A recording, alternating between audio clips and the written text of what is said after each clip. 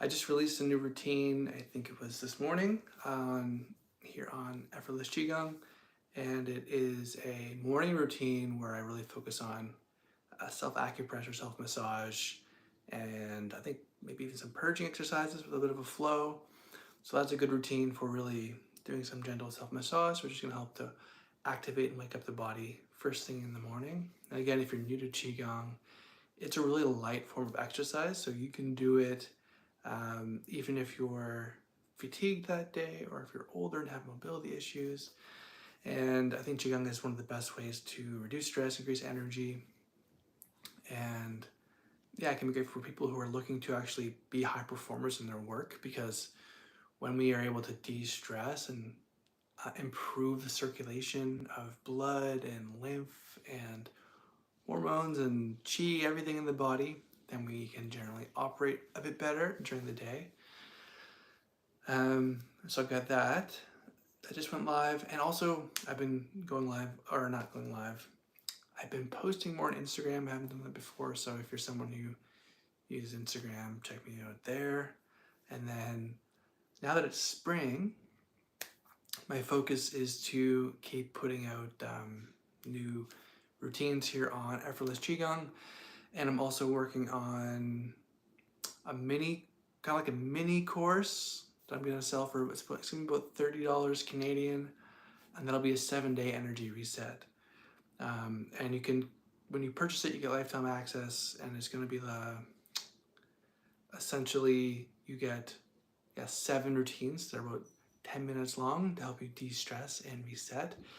And you can go through them all in the beginning, like day 1 through 7, and then you'll be able to kind of use them, mix and match them once you get used to the ones that you like.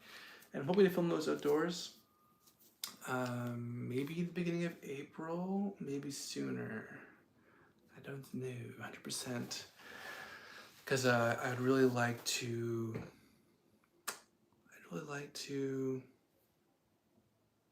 film them in the Gaspé, where it's like really scenic and beautiful. But yeah, we'll see. And it's getting warmer, so that's really exciting. Spring is a really special time, I think, energetically, and if you can feel it, if you're somewhere where, I live in Canada where it's been really cold. I also spent my first time living in Montreal ever, and like it's way colder in Montreal than where I'm originally from in Canada. Like it's like cold. Like I don't think it was good for me, honestly. So that's exciting that now it's springtime. I hope you can feel the spring in the air wherever you are. And hello to everyone saying hi in the comments. Hope you're doing well. If you're just finding me here on YouTube, I'm a Qigong teacher. If you don't know what Qigong is, I'll talk about that in other videos a bit more in detail. So now that it's spring, it means I can get outside and shoot routines. So I film right now mostly on YouTube really short, easily accessible Qigong routines, which is like a light form of exercise for reducing stress and improving our quality of energy, which is really important because we live in rather stressful times, and so having ways to come back and to de-stress can be really, really beneficial. And I post a routine or a video nearly every single week, and I'm also really getting active on Instagram, putting out lots of little videos if you're into Instagram. Can you shout out to me? I don't know, Margaret. I don't know what that means. How you doing, Margaret? So Margaret just subbed. Okay. Thank you so much for subbing to my channel. I hope everyone's doing well. And now that it's spring too, I'm a seasonal worker. I'll be actually working just outside Montreal for about 6 months, and I'll be in nature. So I'm hoping that because we live in like a camp where we work. I'm hoping that there's some really nice nature spots and I can film a ton of high quality Qigong routines throughout that process. And also over the summer, I'm going to be getting into breath work, becoming a breathwork instructor, and continuing my education and becoming a mindfulness a certified mindfulness coach. So that'll be nice. So that's kind of what I'm thinking in terms of my plans here. I'm just going live. I had no real plan, but in the comments below, let me know if you are someone who practices Qigong, or maybe you've been doing yoga or whatever. Let me know in the comments. Yeah. Because I also want to make sure when I go live, I provide a bit of value to you guys too. So, and one of the ways I can do that, honestly, is saying like, if you've not tried Qigong out before, then check out my channel, try a routine, and see how it feels. What am I doing here? So yeah, I think my initial plan when I went live was I wanted to talk about relaxation and my journey toward discovering Qigong, the challenges I faced along the way, and then kind of what I've figured out at the end of it. Because I'm 29 now, so my youth is essentially behind me, and I'm looking forward into my future as like an adult, I guess. And a big part of my teenage years and my 20s was dealing with a lot of stress and anxiety because I was diagnosed with ADHD at like age 7 because like my parents didn't know if I was deaf or what was wrong with me, but I was always kind of overwhelmed by the amount of sensations in the room around me. Like smells really bothered me, lights, sounds, people, like I'm just really sensitive to everything. And I think from that, plus just the household I grew up in, was sometimes challenging. There was sometimes chaos happening, which meant that not only was I hypersensitive, but then I didn't learn the emotional regulating skills that you would learn from being in a household with really grounded, sober people. And so for me, in my late teens and early 20s, I kind of went on an adventure just seeking and studying, and along that process I learned about the importance of reading books and meditation and journaling and all these fantastic tools which I've applied to my life. And it was along that search of figuring out ways I could learn to heal myself, grow, regulate my emotions better, that I found Qigong. I found Holden Qigong, which I have fallen in love with, and I'm very grateful for Lee and everyone over at Holden Qigong. And I'm a certified Holden Qigong teacher. And from there, I'm continuing to study under other people like Dr. Yang Xingming. There's plenty of other schools of Qigong out there, and I'll continue to explore and learn different techniques and backgrounds.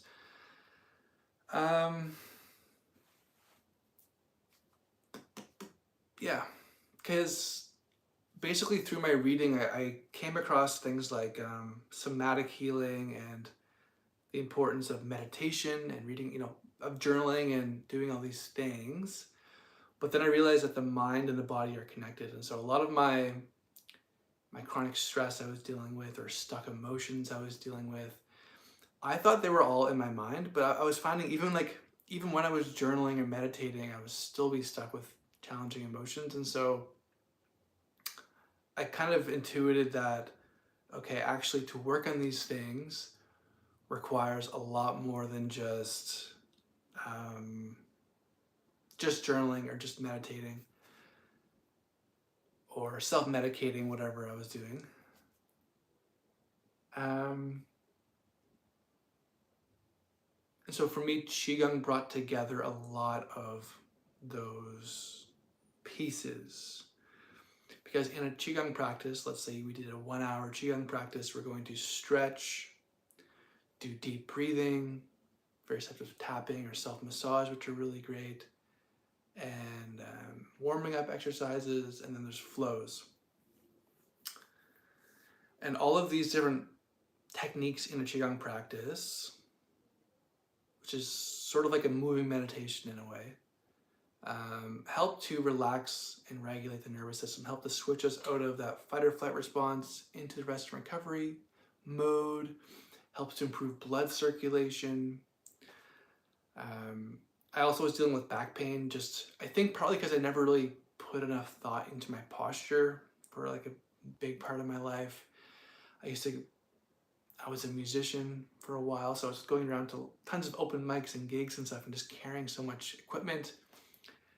I also used to make music videos, so I was filming all these people and just carrying this equipment everywhere, and I think it was weighing on my spine. Even though I was pretty active, I just wasn't really thinking about it, so I had a lot of lower back pain, upper back pain.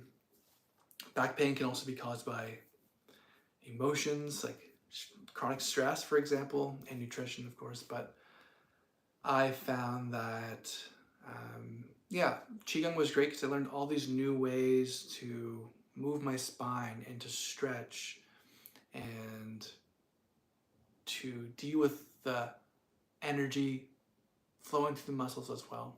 So that was great. And I think Qigong was really huge for me as being a pillar or like a foundational habit I could come back to.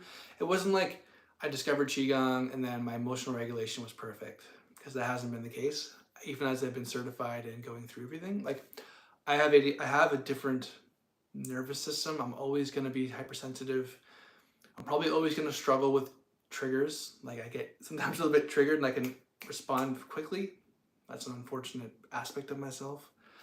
But I do think as I continue to meditate and breathe and do these exercises and mature as a person, I will continue to see greater emotional regulation. That's the overall goal.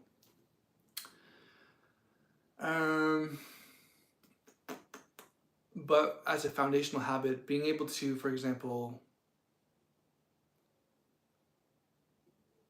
go to work, get stressed, come back, and then do Qigong. To do that Qigong practice, you can wash away the stress of the day and then rebalance. And then it actually makes you stronger, because when you can go through those stresses and those challenges and relax and then be stressed and then relax, that's how you grow stronger. That's basically what you do when you're going to the gym. Is you go to the gym, you stress your muscles, they rip and they get fatigued, and then you sleep and you rest and you go back a day later and maybe you're a bit stronger now because you stress the muscles, you relax them, and then they're stronger. And I think the same thing is true with stress. When we expose ourselves to stress, we use techniques like Qigong, for example, to de-stress, then we can grow stronger. And I've definitely seen that in my life. Now, again, I think Qigong is a really fantastic foundational habit.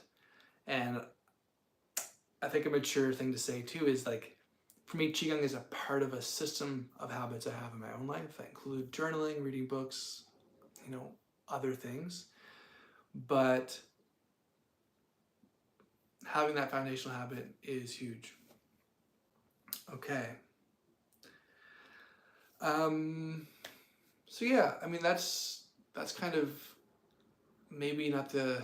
I'm definitely going to work on how I explain my stories here, but basically that's how I get into Qigong, discovered it online, fell in love with the practice, and now I'm in a process of building this channel here, and I really want to put out high quality routines that are easily accessible. And then beyond YouTube, my goal is to create journeys for people so that they can dive deeper into the practice and go further. The first journey I've created, technically, I guess, would be the 7-day Qigong challenge, which is a free 7-day challenge people can go through. You can find that in my description or my bio, I guess it's a description on YouTube, and you can go through that 7-day challenge for free. That's a fantastic way to start to build that habit of doing these practices. And then beyond that, I went through my first beta program with people, with a client. This is a high ticket course I created where it's 5 weeks. It's the Master Your Morning Routine program. And we're just finishing that up basically Sunday. So we'll do a last coaching call and then we'll wrap that up. And that was a really good experience. I probably filmed about 35 routines for her, and we'll end up doing 5 coaching calls. Plus I made other additional resources for her. And she seems to have really enjoyed it and got the benefit from the program. So that's really good. And so now I'm in the process of, it's summer and spring again. So I'm going to be putting out high quality routines here on YouTube, but I'm also going to be adding a 7-day reset, which people can opt into. And this is going to be different than the 7-day Qigong challenge. 7-day Qigong challenge was really designed to get people moving and to give them a chance to try Qigong for 7 days completely for free for 7 minutes a day, just to kind of see what is it like to have a habit of doing these movements every day. And the 7-day reset, I think, is going to be more about, they're going to be longer, like 10 or 15 minute routines. And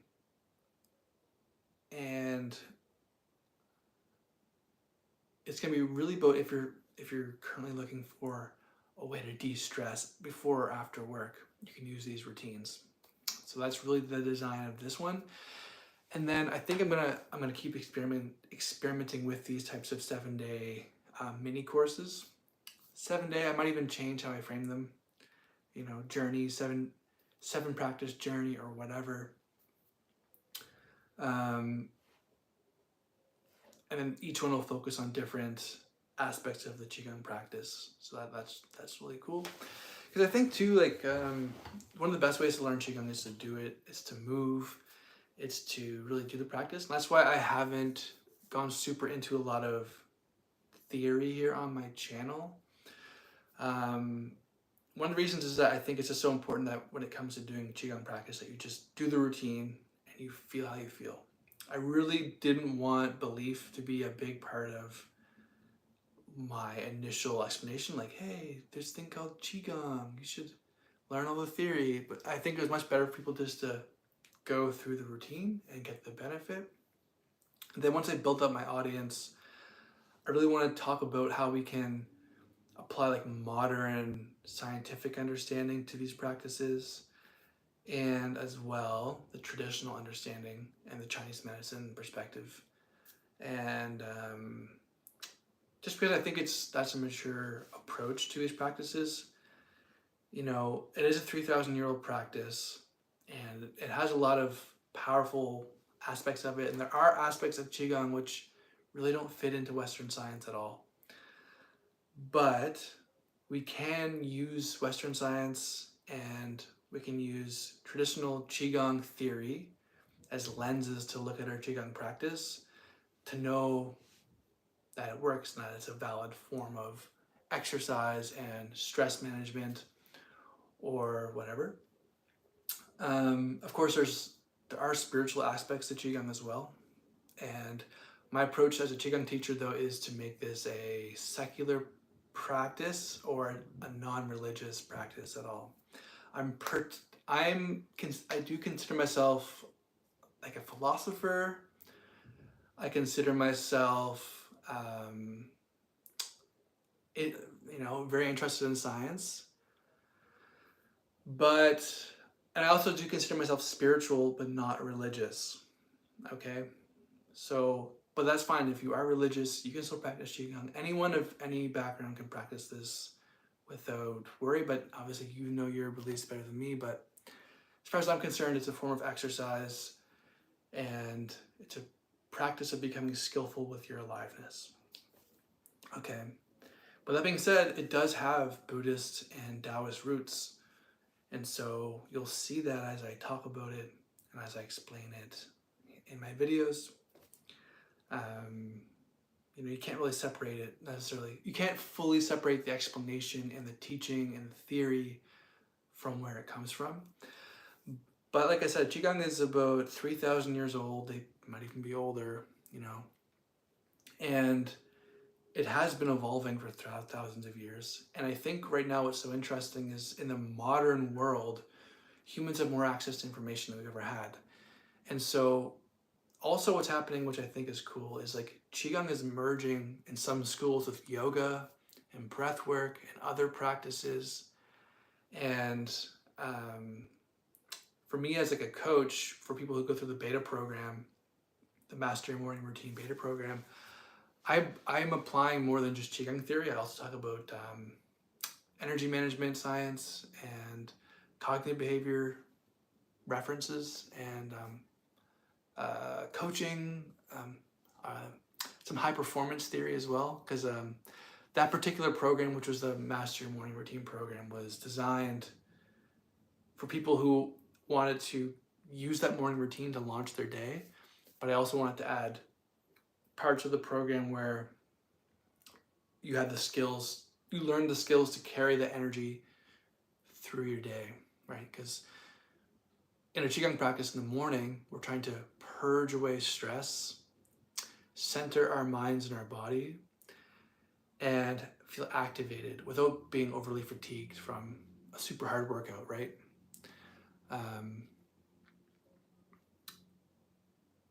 And all the routines for the beta program right now were 7 minutes. So they're all very short, very easy to do. Okay, so then the other parts of the modules and stuff are really about how can you carry that energy that you've cultivated in the morning through your day. And I also added some aspects of like how you can unwind. And so I added some evening routines and tips and tricks for doing invisible Qigong while you're at work. So that's cool. But yeah, like to me, like Qigong's interesting, and that's something I find really satisfying. Is like it's obvious to me that this is a legitimate practice. It's changed my life, and even if you look at it from a Western perspective, we know that deep breathing regulates the emotions, and meditation, and massage, and all this stuff tonifies the vagal nerve, and we can measure, you know, if you're in a stress response and when you're not, and we can use, and we've done scientific studies on Qigong showing that it improves sleep and quality of life, and it lowers inflammation, and it improves the immune system, right? So we have this research out there that exists with Qigong specifically, but also Tai Chi and yoga, and then all these related practices. But then with Qigong, there's like the spiritual side of it. There's the Qi side of it. And science has not really validated that Qi exists. But when you're practicing Qigong, it's a very real feeling and sensation. And it's something worth exploring because, you know, for me as a teacher teaching for about, I've been certified for like 3 years, I guess, 3 years. You're always making new discoveries about what Qi is and isn't. And I think that's what's so cool about doing these sort of embodiment practices, is that Qigong helps you go, when you're actually practicing and doing the techniques, it helps you go beyond intellectual theory and into the reality of what it is. Like, and what it's good for. Like, I do think that there probably is truth that like Western and modern exercise and fitness, like intense aerobic exercises and lifting weights and all these things are fantastic.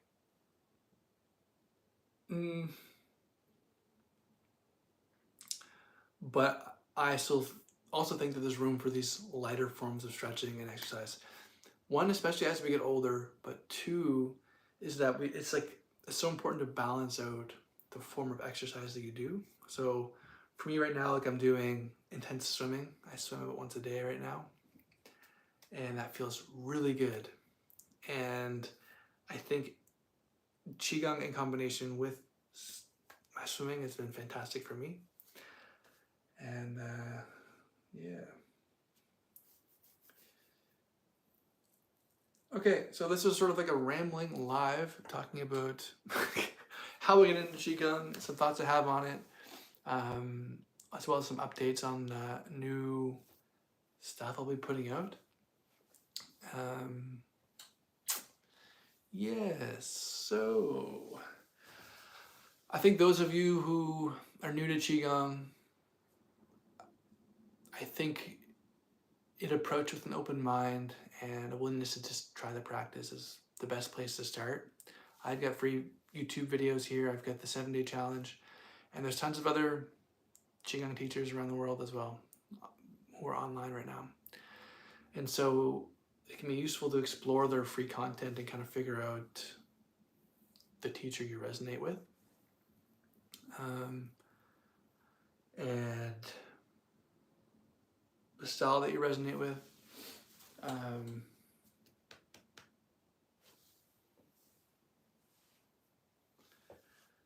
Yeah. Cool. I feel like, honestly, I drank like maybe a bit too much caffeinated tea today. I'm talking fast. I'm super into tea. Here, I'll show you my cool teacup. It's not polished. I should polish it up, but my super cool teacup. I love, this is my favorite, one of my favorite objects, honestly. Man, you can make fun of me all you want, but Chinese tea, if you're new to it, it's nothing like Western tea. Like the flavors, the smells, the aromas, the feelings. The Chinese are doing tea right. Okay, thanks so much. I'll talk to you soon. Peace.